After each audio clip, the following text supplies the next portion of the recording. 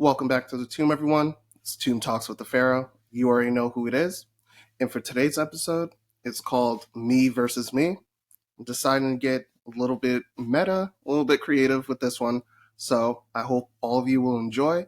And for today's episode, we have a special guest, and I'll have him go ahead and introduce himself.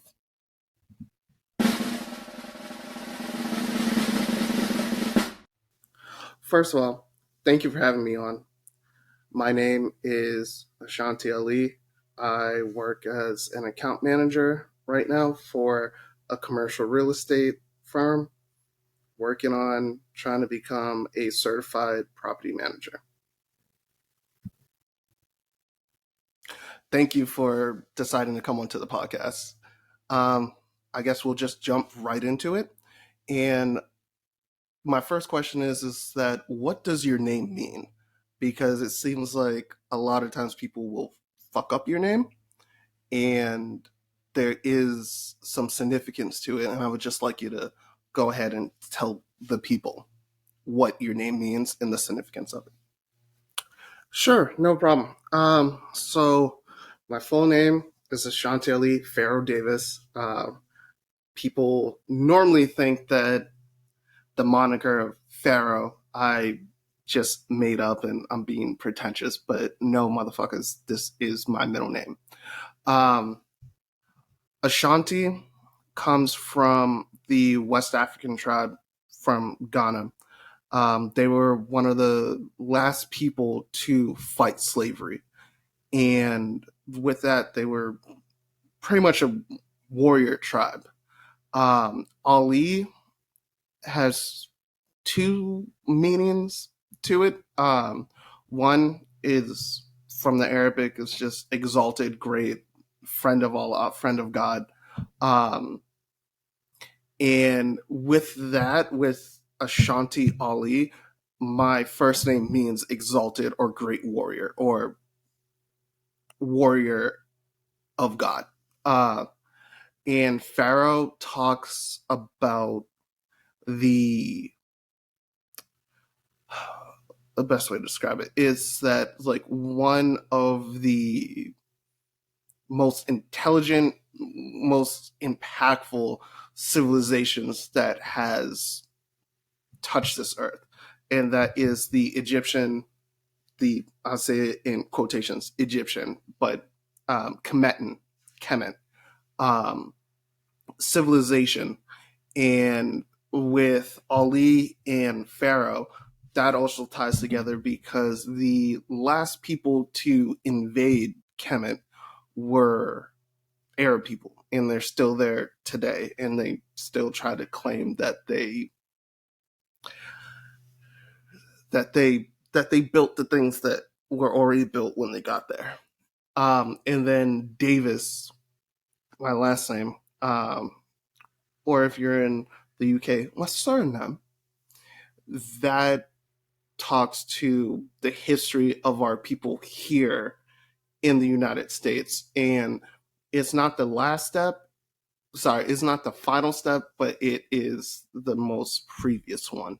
So my name is meant to tell the story of our people. And it's nice to have that name with that amount of significance. However, it's like during school, people would butcher my name. It would be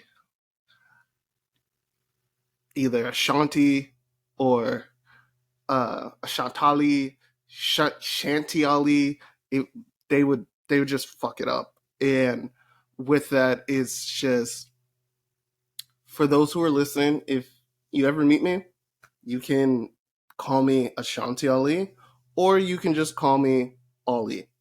But the Ashanti, like just cutting it down straight to Ashanti, is not okay. Just for the mere fact that growing up, I would tell people my full name, and the white people that I would interact with would just be like, "Oh, well, we'll just call you Ashanti." Like that's gonna be your nickname.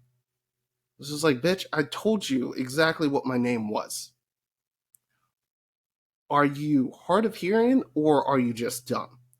And it really stuck with me just for the mere fact that I know our history, and for you to tell me what my name is going to be is a little bit too reminiscent of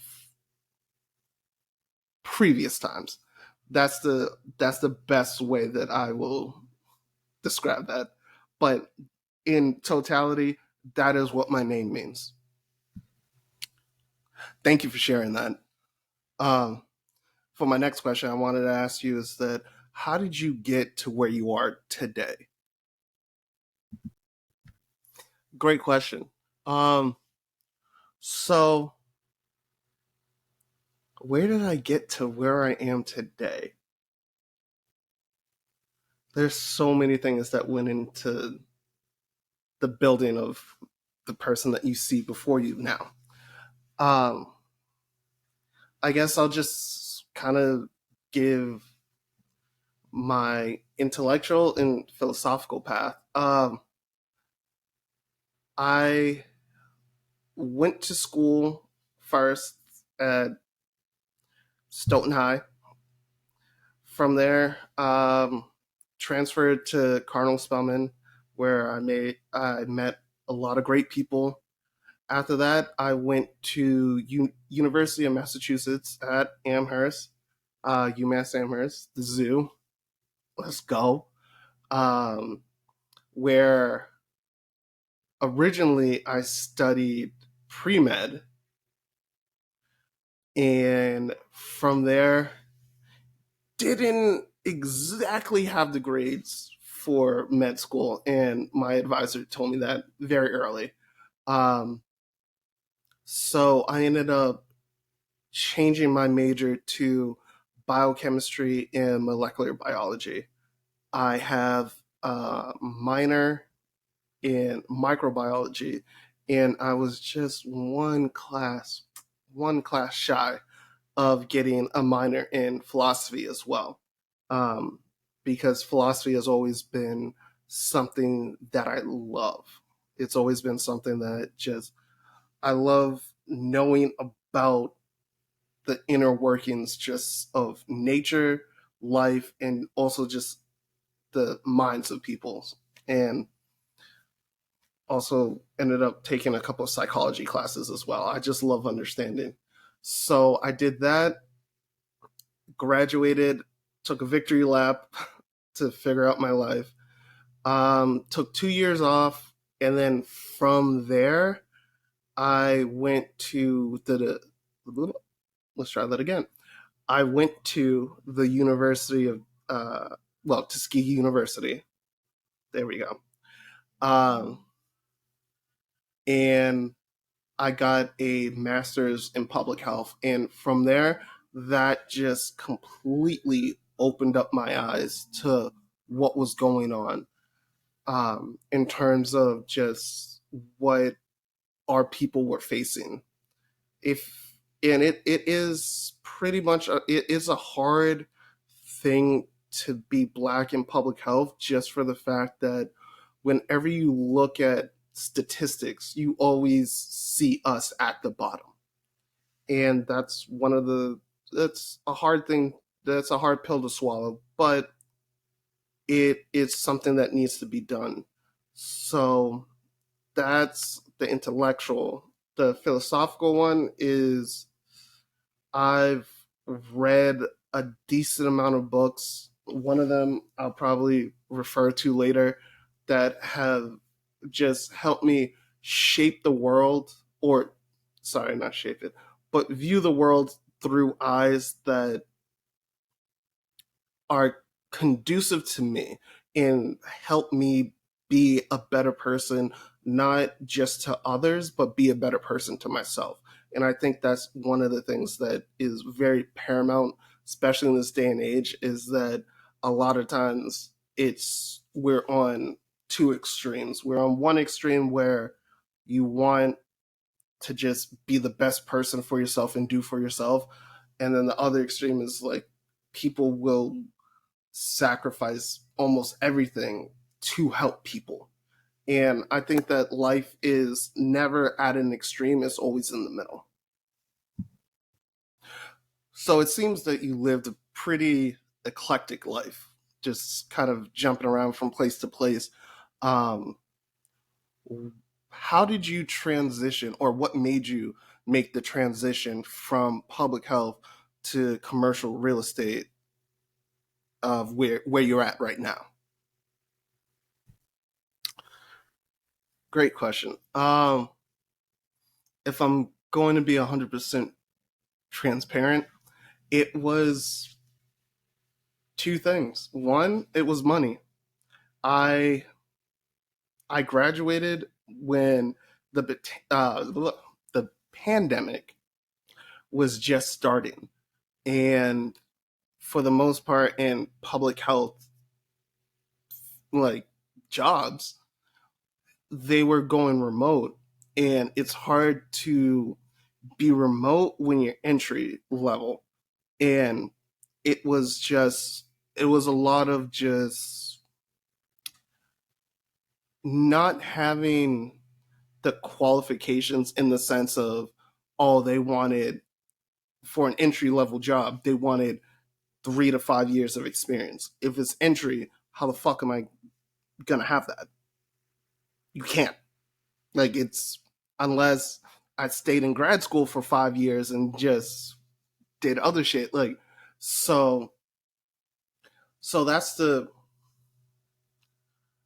was one of them. Um and the other one, to be very candid, it was just burnout. It was just seeing a lot of just despair, and then also just seeing is that, like, to a certain extent, there were a population of people that look like you and I that just didn't want to be helped. And I was fine with ignorance. I can't stand stupidity. Ignorance is the lack of knowing something. Stupidity is knowing something and choosing not to accept it. And that's the thing that kind of burnt me out to an extent, just because it was,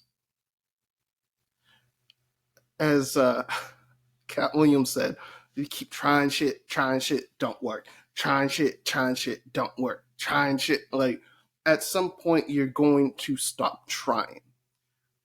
So I ended up having an opportunity to move up to New York, make more money than I was currently making, and I haven't abandoned the public health field, but I'm being more intentional about how I interact with it.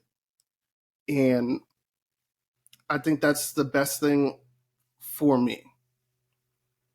I'm not going to be so altruistic that I kill myself trying to help the world, because if I do that, then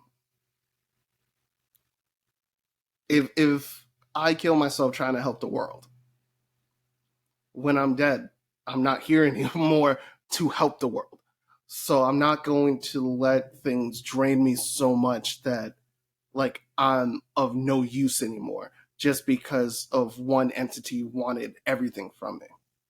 So that's kind of how I transitioned into commercial real estate, and I'm bringing everything I've learned from Tuskegee there, and I'm working on an avenue to incorporate, like, public health aspects into that realm, so that I can still do good while still making money. Thank you for that. Thank you. And throughout your entire journey of just being an eclectic person, you ended up starting a podcast.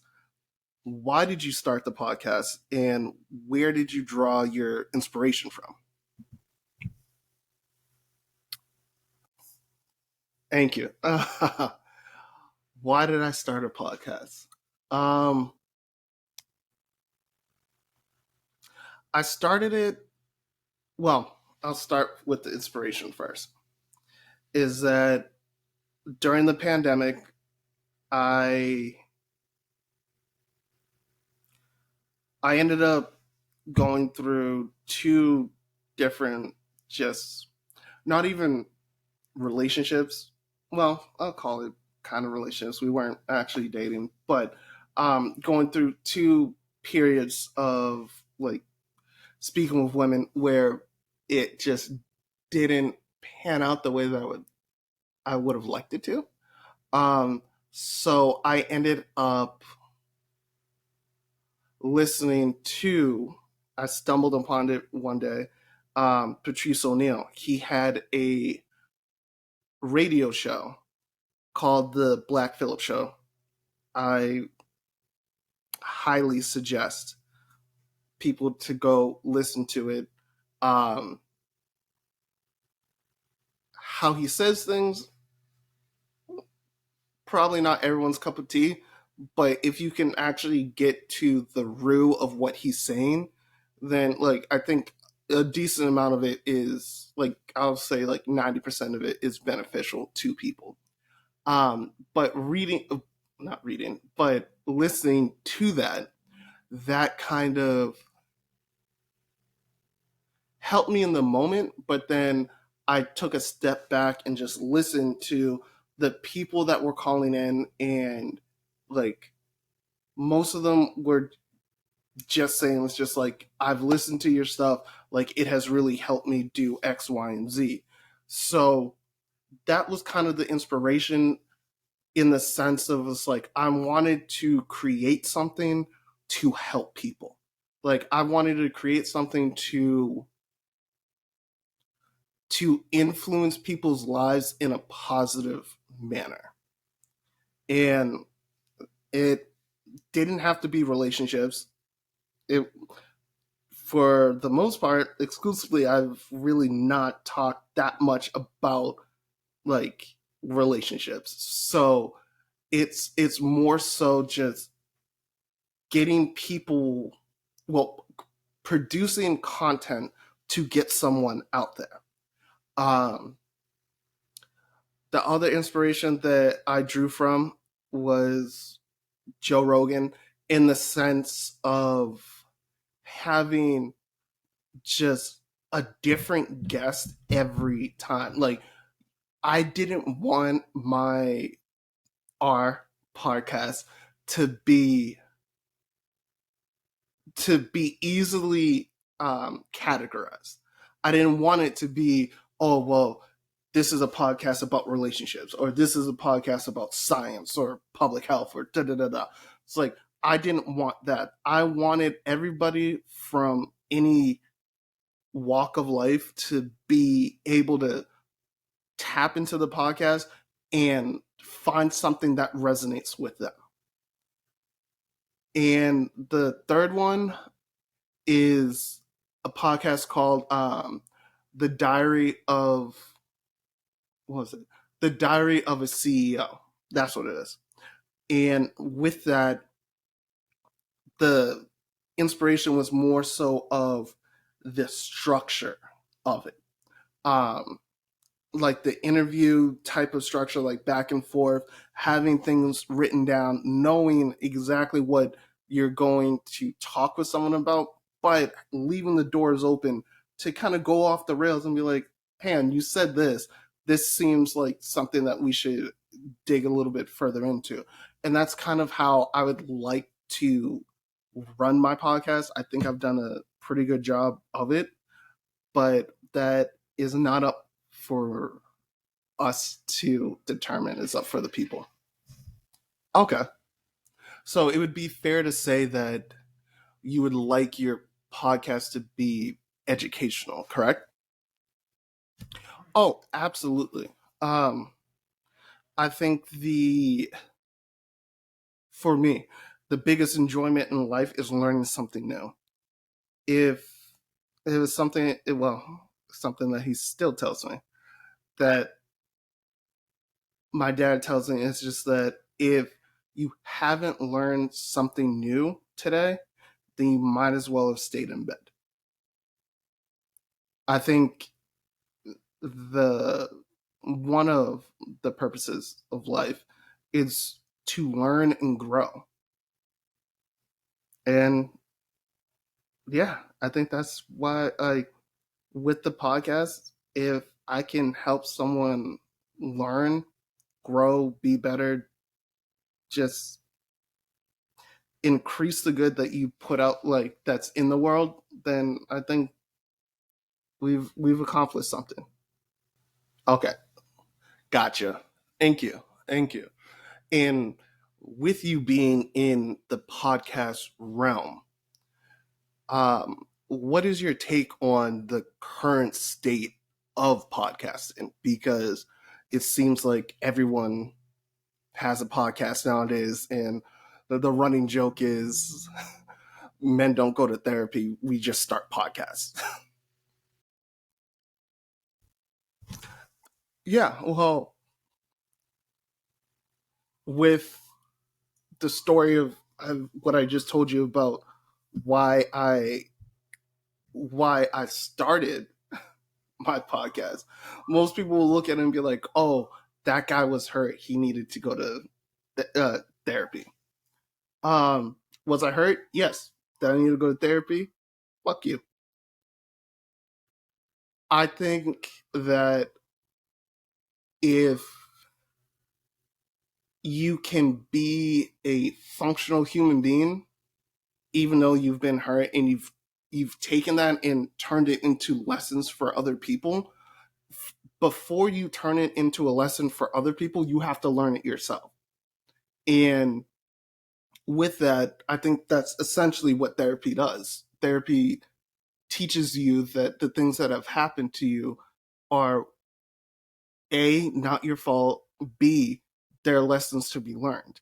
If you learn those lessons, then essentially you're good.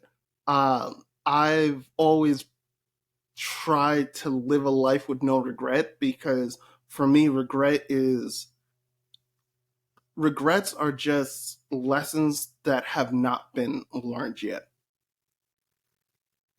So with the current state of podcasting is that I I honestly do see a lot of people that have either been hurt in the past or are currently hurting, and this is a way for them to just speak to someone, speak out to the ether, the zeitgeist, if you like that. So I would say, like, the biggest podcasts that are out right now, they are to an extent niche, and it's probably my own bias looking at it, just because I try to talk to everyone, but it's very niche. And the one thing I just wonder is, like, how long is this going to last? It's like you can only talk about relationships for so long. You can only, like, hammer out what a relationship in their eyes should be like for so long. And I think that's why you see a lot of podcasts that are emerging, where it's not talking to someone about their level or area of expertise. It's more so just getting the same archetype of guests, but everyone has their own take on something. So it's literally just the same conversation. Let me just see if I can fit this. What was it? Peg hole in the square. Whatever the fuck. Like, you're trying to hammer your philosophy into whatever this person is saying, and with that, it's just at a certain point it gets stale. It gets very stale to a point, especially if the hosts of the podcast aren't creative. They're not trying to push any type of needle forward. And people might disagree with me with this, but with Kevin Samuels is that his thing was, well, before he even got famous, he was just dog walking like men that called into a show all the goddamn time. But when he transitioned more so to talking with women, is that I could say, at least for him, was it about relationships and gender dynamics? Yes. Was he like every time that he had a show, was he trying to explore a new topic and trying to see like, okay, what do people think about this? What do people think about this? Yes. So like I will give him his props about that, is that it wasn't just, I'm going to get 6 women on my podcast. Let me ask them the same questions that I've asked a different group of 6 women the podcast before. And because they give a different answer, then it's just like, well, it's like it was a topic that helped guide people into different aspects of their lives. So I think that podcasting nowadays is that I think it's become oversaturated, and I think we just need more people to be transparent about what is going on in their actual lives. Because if you're creating a podcast where you're saying it's like, oh, this is me, then let it be you. Don't let it be a character that is you. And I guess this is where the Pharaoh and Ashanti at least start merging together. Thank you. That was very, very insightful.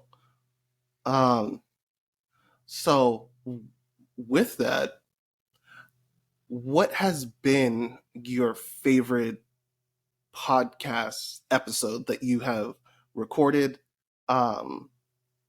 or the most impactful one that you think will maybe stand up to the test of time? Thank well, I have 3, and 2 of them are ranking top. It's going to have to be the episode. Excuse me. It's going to have to be the episode that I did with my mom and my dad. And for that is because, first of all, I just love talking to these motherfuckers. They're cool people to talk to, and big ups for bringing me into the world. But I realized that once they die, transition, pass, whatever you want to call it, I know that those episodes are going to hold a whole different type of meaning for me. And even though I can't appreciate it yet, I know that it's going to be valued for myself. So it's kind of like trying to see into the future and trying to see what I'm going to feel like. But I think like with anything is, it's like we know to an extent how something may affect us. So looking at that, it's just like, okay, it's like, and outside of that, outside of being just self-centered, I have nieces, and if they ever want to know, it's like, oh, like what did they sound like? A lot of times we have pictures, but a voice can hold a more resonance with people than a picture can.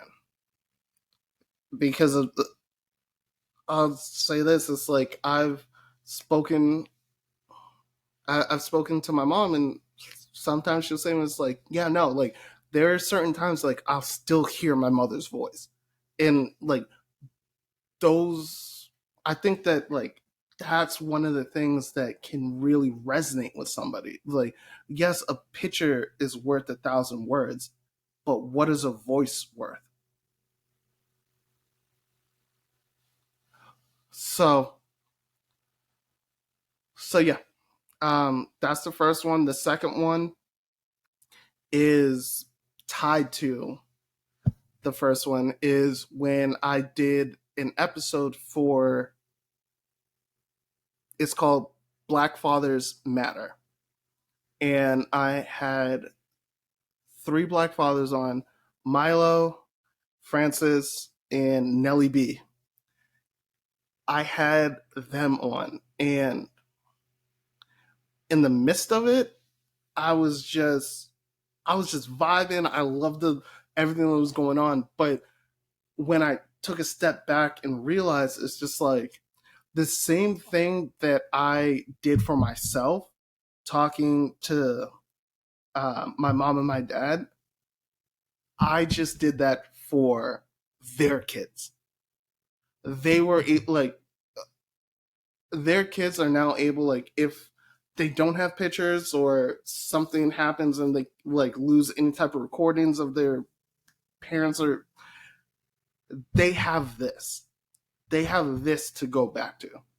And for me, that's something that just can't be taken away. Hearing the voice of just someone who's not here anymore, it's just something different. And that's the best the best thing I got for you. Thank you. So with that, it seems like doing those podcast episodes, it's like you've learned a lot through that. Um, in your personal life, it's like, what has been one of the hardest life lessons that you've had to learn, either through someone else's eyes or just through your your own experience? Well, you're definitely correct. Is that through just podcasting in general, I have learned so much.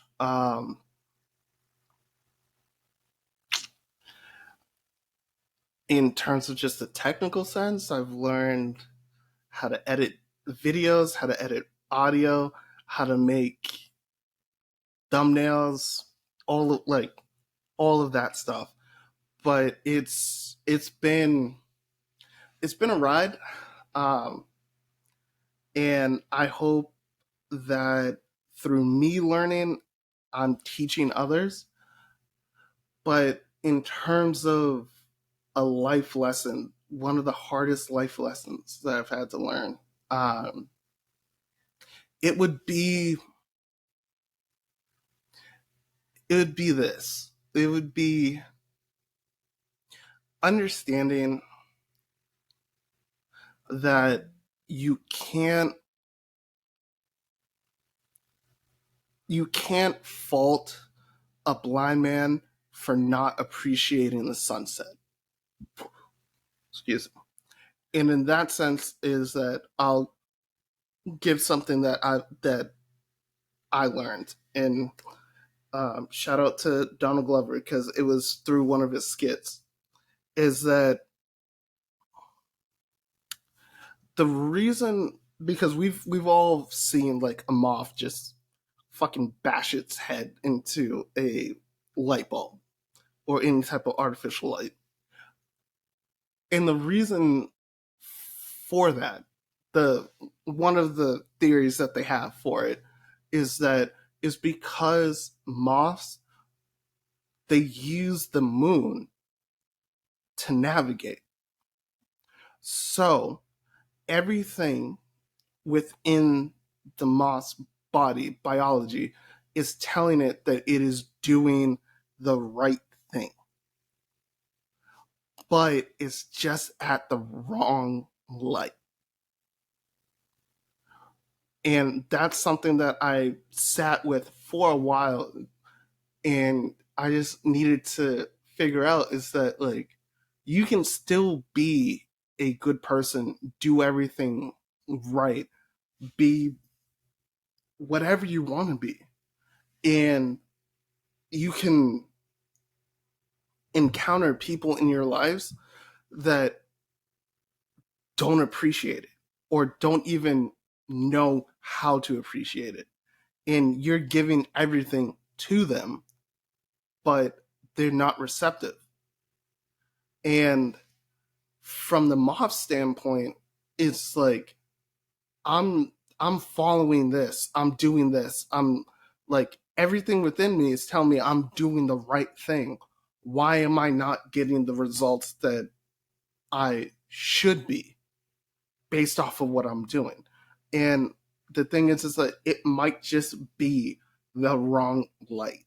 So I would say to people, it's just like, just what I've learned is at a certain point, you you have to know when it's the wrong light. And it's a hard thing to do, and it's a tough pill to swallow, because a lot of times people, like us as human beings, we will invest a lot into a person or a company or something. And once we figure out that it's the wrong light, we're still hesitant to walk away from, because we looked at how much we have already invested. And I would say it's just know that the investment that you gave was in good faith. It was because of who you were as a person, not because you were looking to get something back. And that's the thing. That's the difference between being nice and good. Nice is transactional. I'm doing this for you because I expect something back. Good is who you are. And and with the story of the moth is, it's like you're trying to do good. Pe- there are people that can't even accept good, let alone accept nice. So sometimes you just got to leave people where they are. And that's that's hard to rationalize. But I would say as soon as you do that, things become very clear. You get a different level of clarity with that. Wow. Thank you.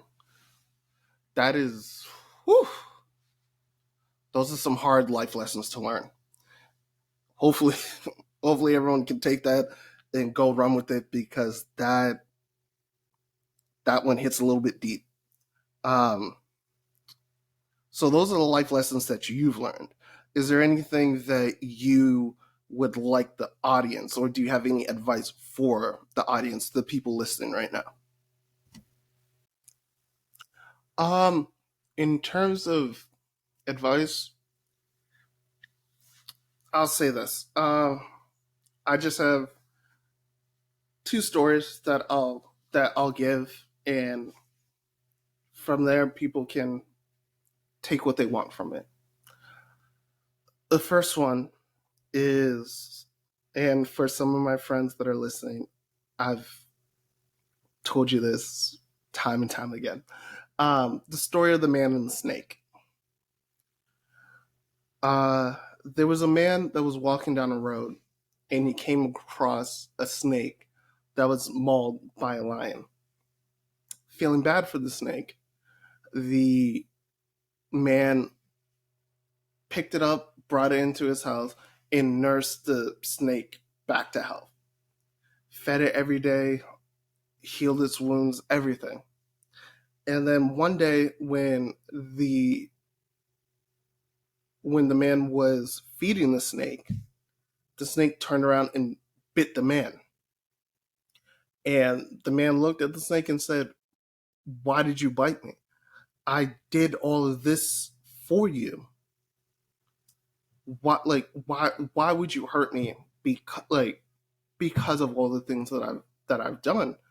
And the snake looked at the man and said, "You knew I was a snake when you brought me in." And I think that's a lesson into the sense of like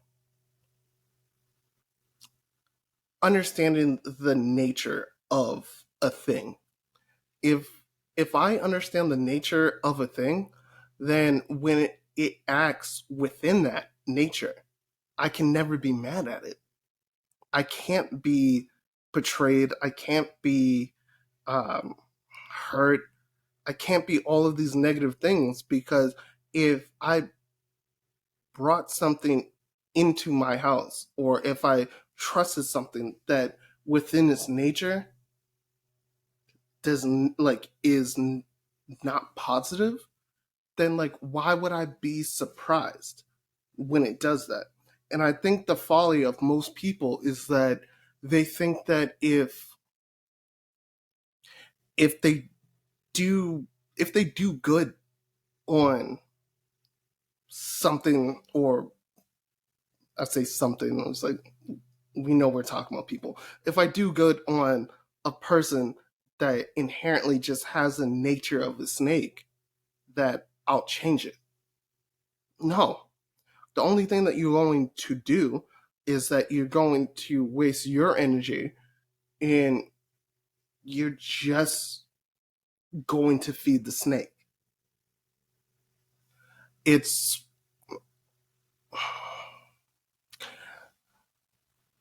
the thing is that you always have to reclaim the peace that you have.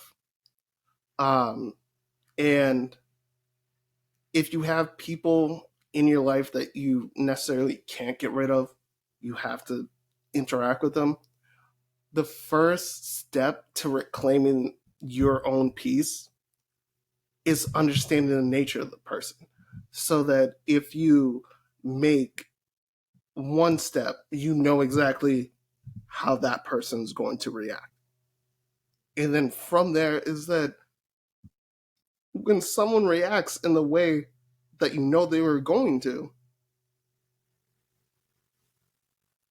that's, for me, that's satisfactory, because it's like, oh, you haven't changed, so I can now read you like a book.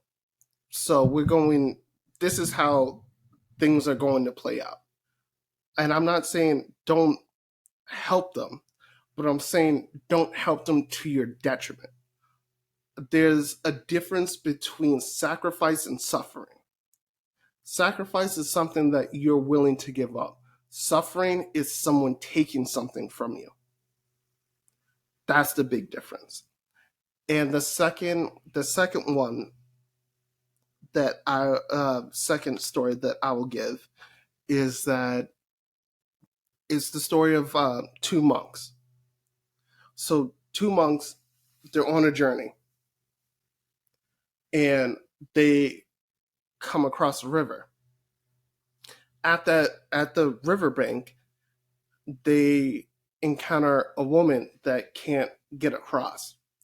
Now, with these monks, is that they've taken a vow that they are not to interact, talk, or even touch a woman. The woman asks both of the monks that for assistance. It's like, can you help me get across the river? The first monk says no. Second monk obliges and just like, yeah, like I'll like, I'll help you get across the river. He helps her across the river. They keep going on about their journey. At night, while they're sitting around the campfire, the first monk, he is just distraught. He can't understand how the second monk was able to carry the woman across the river, and we took vows. And the second monk turns to him and says, is that the difference is that I carried her across the river. You still carry her in your mind. So with that, I will say is sometimes people are in your life for a momentary like instance. It's just right then and there that person is there. You don't have to carry them. You don't have to take them. Don't take them to places they'll never be. I only carry people in my head to where I know that I can celebrate whatever accomplishments I have. If someone's never going to be there, then I'm not going to carry that person there. And I think that for the people listening, that's something that might be beneficial. But what do I know? Thank you. Well, you've heard it. You've heard it here, people. So take that advice and go forward with it. It was something that you said earlier. You said that you have a love for philosophy. Do you have a philosophy or a certain set of rules in which how you conduct your life and how you move forward? Yes. Um, so, as I alluded to it earlier, uh, and here's the book. It's called Ma'at, the 11 Laws of God. And God, not in the sense of uh, like the Christian God, like white man, just, but more so God in the sense of just the inner workings of the universe. So with that philosophy, and I'll go ahead and say it's like that book might have saved my life. Um, I'll give you two of them, and then the other ones we'll put it in another episode. But two of them is that the first one is this: is that the natural human state is peace. Naturally, we are always at peace. We have external factors that come into our lives that try to disrupt that. But we are at peace, and we have the capability to choose whether or not. And that's and it's peace in the emotional state, not in the physical state. Because if a lion or a tiger jumps in front of you, you're going to have a physical reaction to that. As you should. You're in danger. Now, the thing that we can choose is whether or not we're going to be in fear. Fear, and I have to take this from another movie. Like,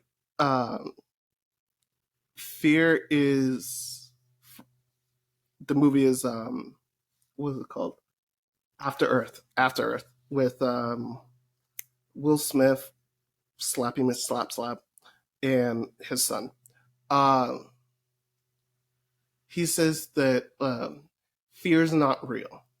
Fear exists only in our mind. and it is a product of things in the future that cannot and will not come to happen. But danger is real.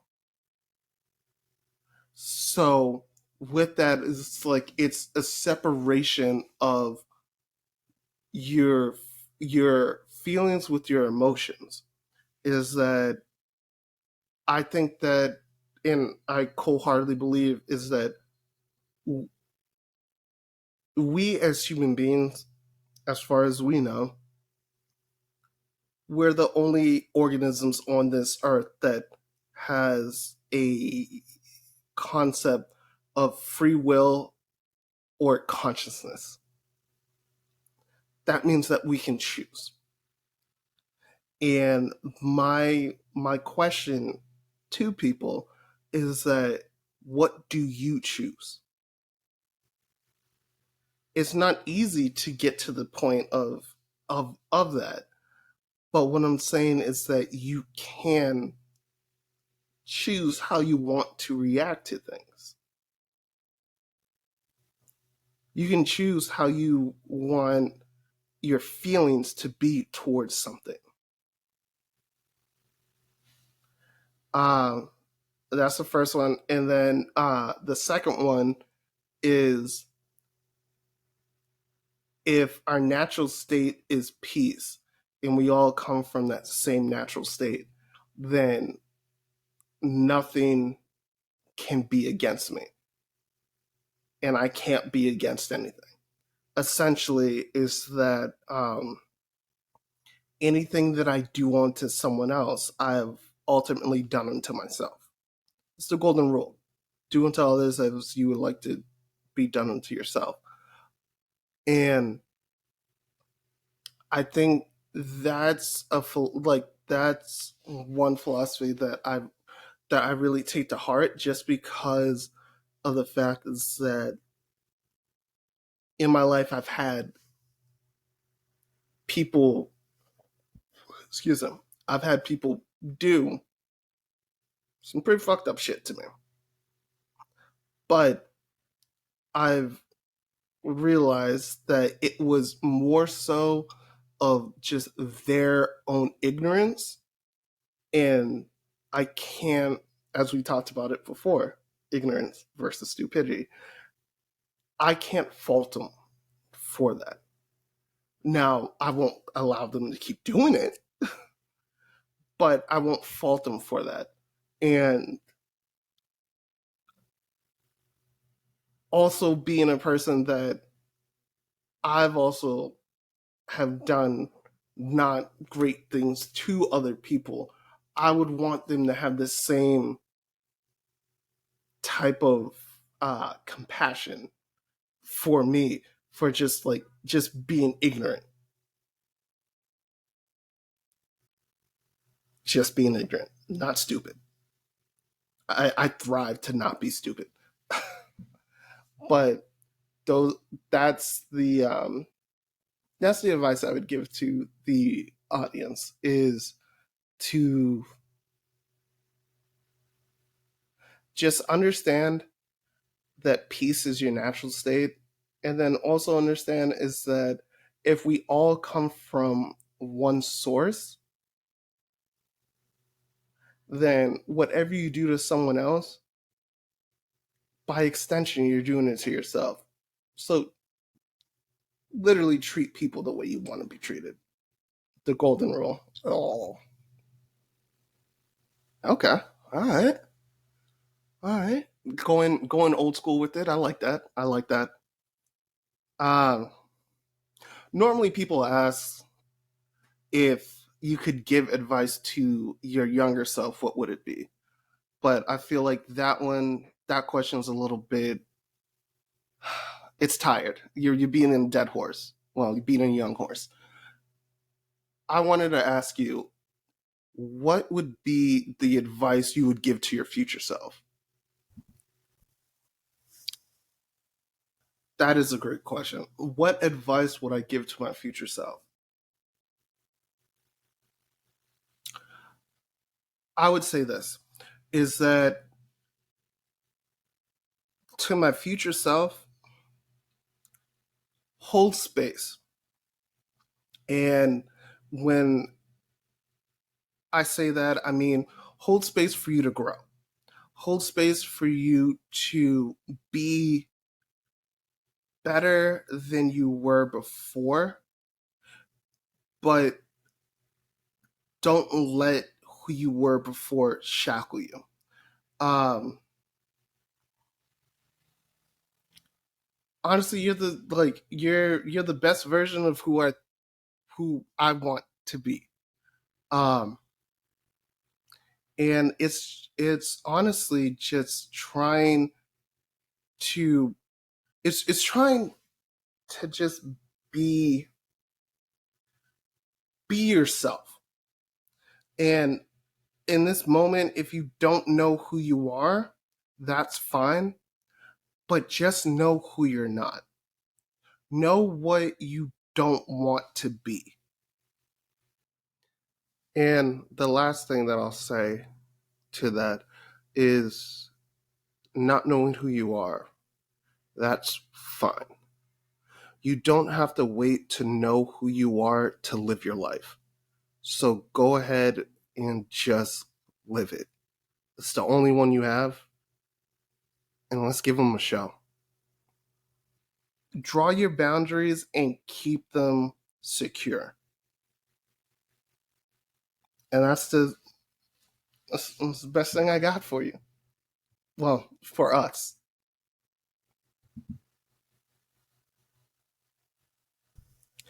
Okay, so you've been asking a lot of questions to me. So now I have a question for you. Is do you think that you've done a good job with your podcasting, with the episodes that you have put out? Wow. Well, thank you for asking that question. It's definitely one that I think about a lot. And what I've come to right now is that if I have created any type of content, any episode that has actually helped somebody or has expanded their view of the world, then I think that I've done my job. Good is very subjective. What's good to one, it might be bad to the other. But I think just beneficial or constructive. And with this podcast, I'm just trying to put out things that increases the quality of people's lives, whether it be through a whole host of things. But that's kind of where I'm at right now, is that if someone comes to me and says, hey, your podcast helped me in X, Y, and Z, then I think I've achieved my goal. I'm gonna keep getting better, keep trying new things. Like this episode got a little bit meta, but it's these types of things that I think that are the most constructive for people. And I hope just going forward we can, well, I can just be better. That's the best I got for you. Thank you for having me on. I'm pretty sure we'll talk soon. Uh, and for all of those listening, I honestly hope that you have learned something, gained a different perspective, and yeah, just I think the world gets better if we be better. I'll talk to y'all later. Well, I want to say thank you again for coming on to the podcast. It was an interesting time listening to us. And I just want to say thank you. And yeah, that's pretty much all I got. I guess I'll talk to you later. Talk to us later. You, me, us, all of us together. Uh So everyone, that has been another episode of Tomb Talks with the Pharaoh. I have more episodes coming out. Shit's gonna be fire. And I'll see y'all the next time I upload. It might be next week, it might be next month. Who knows? Stay tuned.